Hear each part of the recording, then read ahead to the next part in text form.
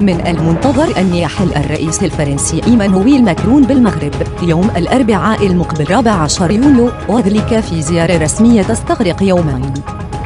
وذكرت المصادر أن إيمانويل ماكرون سيكون مرافقاً خلال هذه الزيارة بزوجته، وهي الزيارة الأولى له إلى شمال إفريقيا منذ انتخابه رئيساً لفرنسا قبل شهر.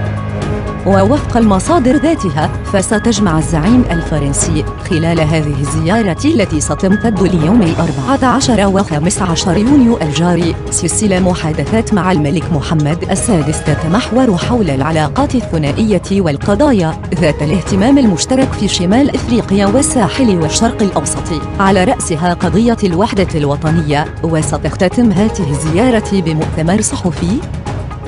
يذكر أن المملكة المغربية الجمهورية الفرنسية يتقاسمان وجهات نظر متقاربة بشأن العديد من القضايا الدولية، بما في ذلك استقرار القارة الأفريقية ومكافحة الإرهاب. الصحراء الأطلسي، أول مناسبة وطنية، سيكون أيضاً على جدول الأعمال بين الزعيمين.